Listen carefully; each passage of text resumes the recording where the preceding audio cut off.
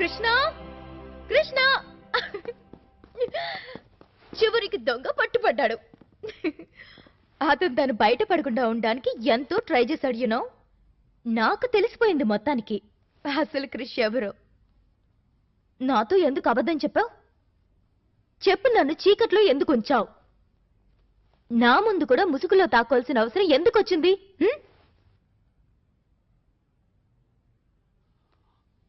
ఆ మాట నువ్వంటున్నావా? నా దగ్గరే నిజాన్ని దాచిన నువ్వు, నన్ను చీకట్లో ఉంచిన నువ్వు ఆ మాట అంటున్నావా? నా ముసుగలకు తొలగిపోయింది.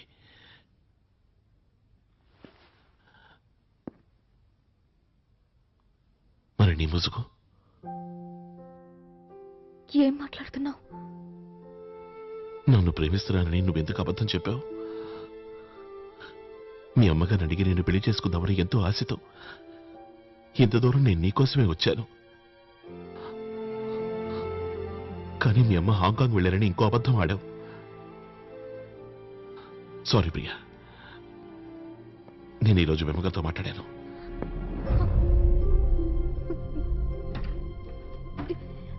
Krishna, I'm sorry. ఒప్పుకుంటున్నాను, మొదట్లో నేను అబద్ధం ఆడాను. కానీ ఇప్పుడు నిన్ను ప్రేమిస్తున్నాను కృష్ణ. చాలు ప్రియా, ఆపు. నీ దగ్గర చెప్పడానికి అబద్ధాలు ఎన్నో ఉండొచ్చు, కానీ వాటికి నిజాలను నమ్మే శక్తి నాకు లేదు. నా మాట విను కృష్ణ. ఈ పని నేను నీకోసమే చేశాను. నువ్వు గొప్పవాడివి కావడం కళ్ళారా చూడాలనుకున్నాను. కాసేపట్లో జరుగుతుంది. ప్రపంచం అంతా నీ అద్భుత శక్తుల గురించి తెలుసుకుంటుంది. ఎట్టి పరిస్థితుల్లోనూ అలా జరగకూడదు. నువ్వేమనుకుంటున్నావు? ఆ రోజు ముసుగు ఎందుకు వేసుకున్నాను అనుకున్నావు? నా గురించి ఎవరికీ తెలియనివ్వరని, తెలిసేట్టు నడుచుకోనని మా నాన్నమ్మకి మాటిచ్చాను. నా అద్భుత శక్తుల్ని నాలోనే దాచుకుంటానని ప్రమాణం చేశాను. కానీ నువ్వు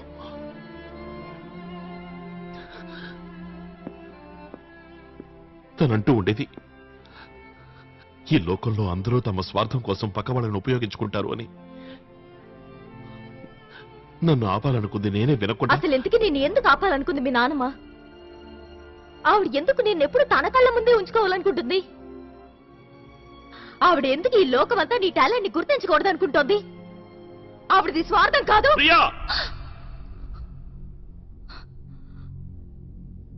తెలుసుకోవాలా? అయితే విను.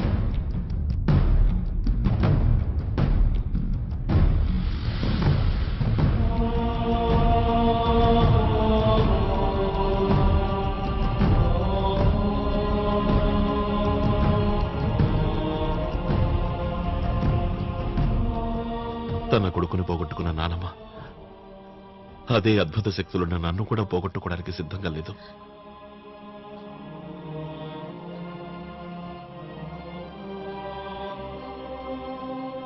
అయినా ఇక్కడికి రావడానికి ఎందుకు ఒప్పుకుంది? నీకోసం. నువ్వు లేకపోతే బ్రతకలేని నా ప్రేమ కోసం. ఇప్పుడు నేను ఆవిడికి ఏం సమాధానం చెప్తాను?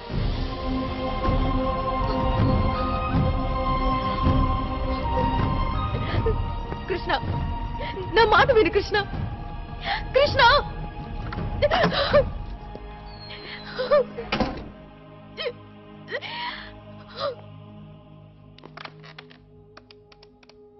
హలో హలో హలో అనిత, చెప్పు ప్రియా. కృష్ణ టేప్ టెలికాస్ట్ కాకుండా ఆపాలి. ఎందుకు?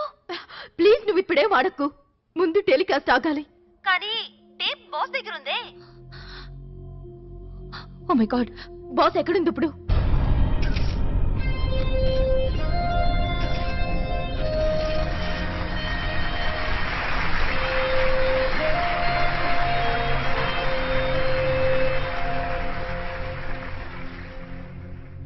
సింగపూర్ ఇన్వెస్టర్స్ అందరినీ హృదయపూర్వకంగా ఆహ్వానిస్తున్నాను. ఈ సంస్థ ప్రపంచంలో ప్రథమ స్థానంలో ఉండడానికి కారణం మీ అందరి సహకారమే. ఏ సంవత్సరం లేనంతగా మన టెక్నోట్రానిక్ సంస్థ ఈ సంవత్సరం $400 మిలియన్ లాభాన్ని ఆర్జించింది. అందుకే సంతోషంగా 100% డివిడెంట్ ని షేర్ హోల్డర్స్ కి ప్రకటిస్తున్నాను. Thank you. Any questions?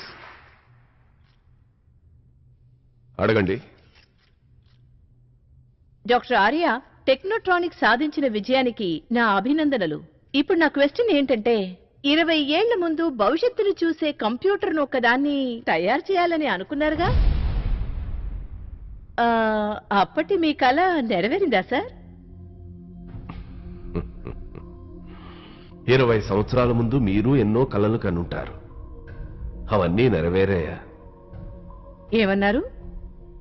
కొన్ని క్వశ్చన్స్ కి ఆన్సర్ చేయడం చాలా కష్టం. మీడియా ఈ విషయాన్ని గుర్తుంచుకోవాలి. నా జీనియస్ ఫ్రెండ్ రోహిత్ మరణించిన తర్వాత నేను కన్నా అద్భుతమైన కలగానే మిగిలిపోయింది.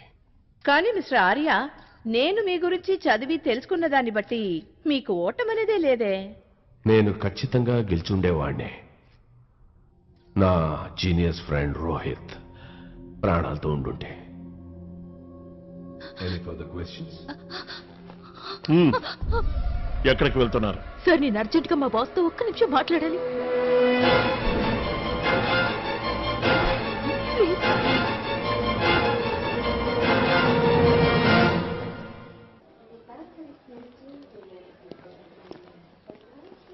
కృష్ణ, కృష్ణ, చెప్పడానికి ఏమైనా మిగిలిందా?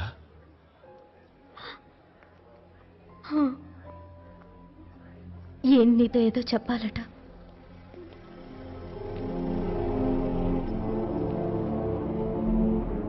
ఎవరు మీరు?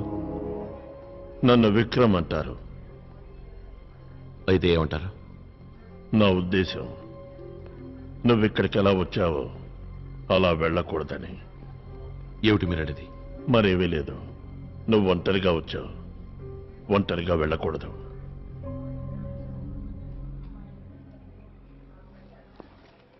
కృష్ణ, మీ నాన్న రోహిత్ బ్రతికే ఉన్నారు.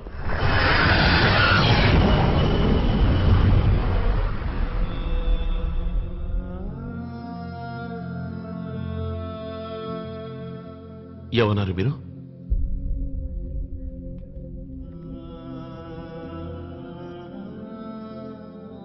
కృష్ణ, ఈ ఫోటో ఉంది చూడు. ఇది మీ నాన్నగారు డాక్టర్ ఆర్య దగ్గర పనిచేస్తున్నప్పటిదే. నేనప్పుడు టెక్నోట్రానిక్స్ లో సీనియర్ సెక్యూరిటీ ఆఫీసర్ని. వయసులో మీ నాన్నగారు చిన్నవారు, ఉద్యోగంలో నేను చిన్నవాణ్ణి. అయినా మాది గొప్ప స్నేహం. ఎందుకంటే మేం భారతీయులవనే కాదు, ఆయన చిరునవ్వులో స్వచ్ఛమైన నిజాయితీ ఉండేది, కళ్ళలో మంచితనం ఉండేది, ఎప్పుడూ సంతోషంగా ఉండేవారు. అలాంటిది ఆయన సంతోషానికి ఎవరి దిష్టో తగిలింది. ఇన్నేళ్లు గడిచాయి, కానీ ఆయన విషయంలో కాలం అక్కడే ఆగిపోయింది. ఆ రోజు ఉదయం వరకు ఆయన పనిలో నిమగ్నమై ఉన్నారు. ఎందుకంటే ప్రాజెక్ట్ కంప్లీట్ చేసి ఇండియా వెళ్ళాలి. Good morning chief. రండి విక్రమ్ గారు, రండి రండి. How are you this morning? నేను చాలా బాగున్నాను చీఫ్. కానీ మీరు ఇదే విధంగా రాత్రి పగలు వర్క్ చేస్తూ ఉంటే నిద్ర అనేది పట్టని రోగం వస్తుంది. ఇక ఇవాళతో ఇవన్నీ చేసే అవసరమే రాదు. ఇవాళ జరిగే ఈ కంప్యూటర్ ఇనాగ్రేషన్ తర్వాత దీన్ని డాక్టర్ ఆర్య గారికి హ్యాండ్ ఓవర్ చేసి నేను నా ఫ్యామిలీ దగ్గరికి వెళ్ళిపోతాను విక్రమ్ గారు. చీఫ్, మీరు తప్పుగా అనుకోకండి. మనం భవిష్యత్తును చూడగలమంటే నాకు నమ్మకం కలగడం లేదు. దేనైనా చూస్తే గానీ నమ్మరనుకుంటా. మీరు చూశారంటే అప్పుడు నమ్ముతారు. ఏంటి, నిజంగానే మీరు నాకు మారేమనుకున్నారు? రండి, వర్తమానంలోనే ఉంటూ భవిష్యత్తుని చూసి కాలాన్ని కొలిచిన సంతోషాన్ని రుచి చూడండి. ఒకసారి ఇది పట్టుకోండి.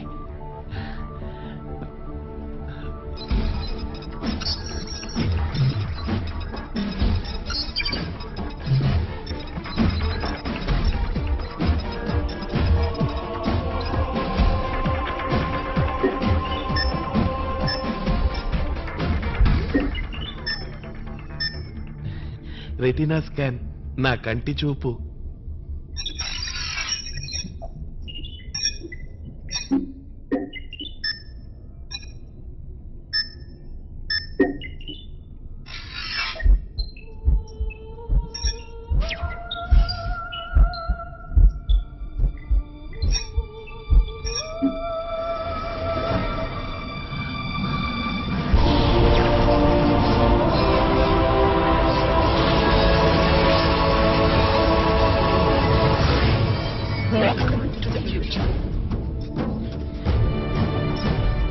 ఇవేనండి ఈ కంప్యూటర్ కి పాస్వర్డ్లు. ఇవి లేకుండా కంప్యూటర్ స్టార్ట్ అవ్వదు. అయితే మీరు మన ఇండియా వెళితే ఇక్కడెలా సార్ మళ్ళీ? అంతకు ముందే నేను కంప్యూటర్ పాస్వర్డ్ మార్చేస్తాను. ఆ తర్వాత డాక్టర్ ఆర్య గారు మాత్రమే స్టార్ట్ చేయగలుగుతారు. చెప్పండి, ఏం చూడాలనుకుంటున్నారు మీరు? నేనేమీ చూడదలుచుకోలేదు చీఫ్. కానీ మీరే చెప్పారుగా మీ ఆవిడ ప్రెగ్నెంట్ అని. చూసి తెలుసుకుంటే సరిపోతుందిగా పుట్టేది మగబిడ్డ ఆడబిడ్డ అని. అయితే సరే, అదే చూద్దాం.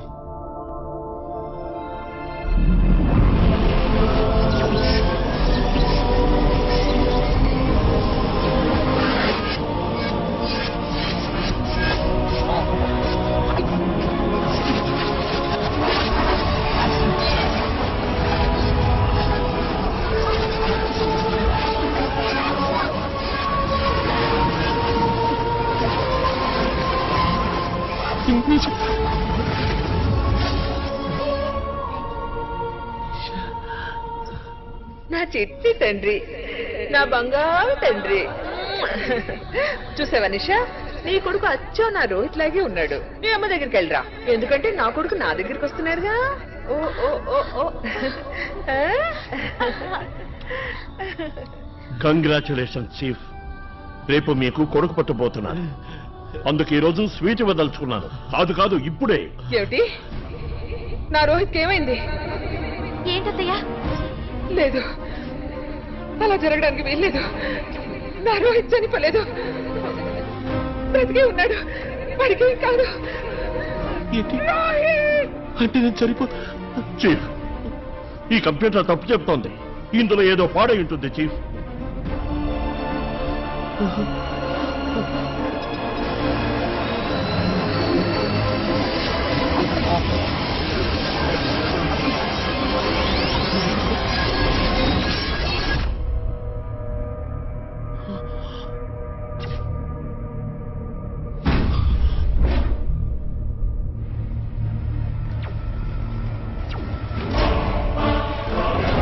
డాక్టర్ ఆర్య, అక్కడ 6:40 అయింది, ఇక్కడ 6:30.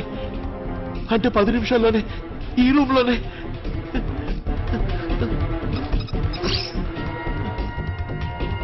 అలా చూడండి డాక్టర్ ఆర్య. మీరు ఎప్పుడైనా షాజహాన్ గురించి విన్నారా డాక్టర్ మాధవ్? విన్నాను సార్. తాజ్మహల్ కట్టింది ఆయనే కదా. ఇది సగం సగం తెలుసుకోకూడదు. షాజహాన్ తాజ్మహల్ కట్టిన పనివాళ్ల చేతులు నరికించాడట, ఎందుకంటే ఇంకొంటి కట్టకూడదని. నా కల నెరవేర్చిన రోహిత్ పనివాడు, నేను వాడికి షాజహాన్ని. అంటే మీరు రోహిత్ చేతులను నరికిస్తారా? కాదు, వాడి తలని. రోహిత్ బతుకుంటే గనక నా ప్లాన్స్ ని అమలు చేయడానికి ఏమాత్రం ఒప్పుకోడు. నా చేతులతో అతన్ని చంపాలంటే నాకు చాలా బాధగా ఉంది. ఎందుకంటే అతను చాలా మంచివాడు, నిజాయితీపరుడు, తెలివైనవాడు. వాళ్ళు పైకి వస్తున్నారు చీఫ్. మీరు ఇక్కడి నుంచి వెళ్ళండి. లేదు లేదు, నేను ఈ కంప్యూటర్ని చెడ్డవాళ్ళ చేతులకు వెళ్ళవను. మొత్తం నాశనం చేస్తాను. సరే, నేను వెళ్ళి వాళ్ళని ఆపడానికి ప్రయత్నిస్తాను. హలో, అమ్మా, నిషని హాస్పిటల్లో చేర్చాను. బాబు కంగ్రా, నువ్వే క్షణమైనా తండ్రివి కావచ్చు. నువ్వు త్వరగా ఇంటికి వచ్చేయి బాబు. నేను వస్తున్నానమ్మా, వస్తున్నాను. రోహిత్, ఏమైంది బాబు? అదోలా మాట్లాడుతున్నావే? నా శక్తుల్ని దుర్వినియోగం చేశారమ్మా. ఈ లోకం చాలా చెడ్డదమ్మా. నువ్వే దిగులు పడకమ్మా, నేను వస్తున్నాను. నేను త్వరగా వచ్చేస్తాను.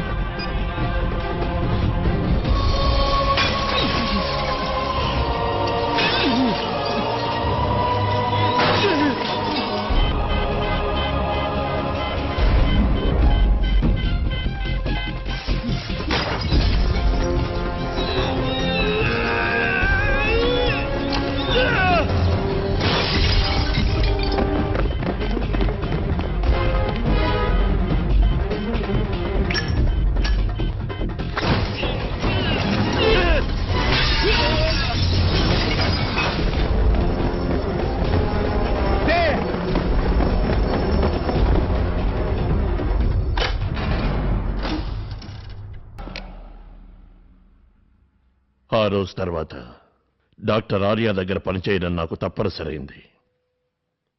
పోలీసుల హెల్ప్ కూడా తీసుకోలేకపోయాను. డాక్టర్ ఆర్యాకి కాస్త అనుమానం వచ్చినా నన్ను చంపి పారేస్తాడు. మీకు విషయం తెలియజేయడానికి మిగిలిన వాడిని నేనొక్కడినే. అందుకే మీ నాన్నమ్మని నిన్ను నేను ఎన్నో సంవత్సరాల నుంచి వెతుకుతున్నాను. ప్రియ కారణంగా నిన్ను ఇవాళ కలవగలిగాను.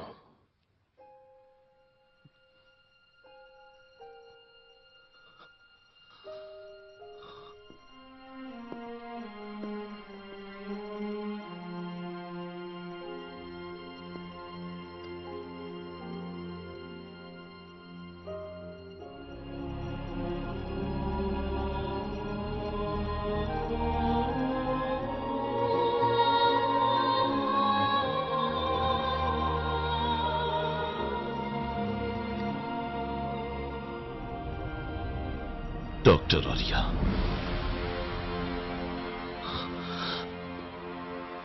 20 ఏళ్ళు నుంచి ఒక తల్లికి తన బిడ్డని, ఒక బిడ్డకి తన తండ్రిని దూరం చేశాడు. ఆవిడ చెప్పిన ఒక్క అబద్ధం వల్ల నా తల్లిని పోగొట్టుకున్నాను.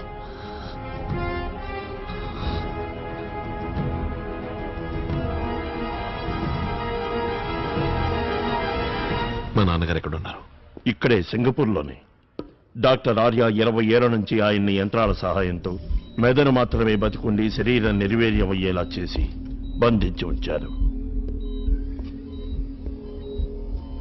గుడ్ ఈవినింగ్ మిస్టర్ రోహిత్ గారు.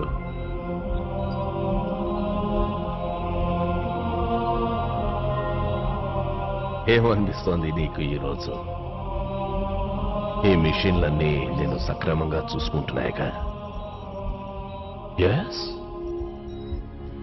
గుడ్. రేపటి రోజు చరిత్రలో నిలిచిపోయే రోజు. ఏమంటే నా ఐఎమ్ సారీ, మన కంప్యూటర్ ఇనాగ్రేట్ కాబోతోంది. అవునవును, మన కంప్యూటర్. నువ్వు లేకపోతే ఈ స్థాయికి తయారయ్యేది కాదు. ఇన్ని సంవత్సరాలుగా నేను చెప్పిందంతా ఓపిగ్గా ప్రశాంతంగా విని నాతో నువ్వు సహకరించావు.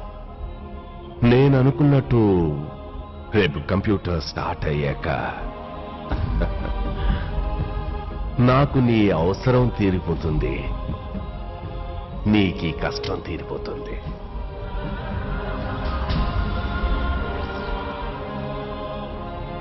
See you tomorrow.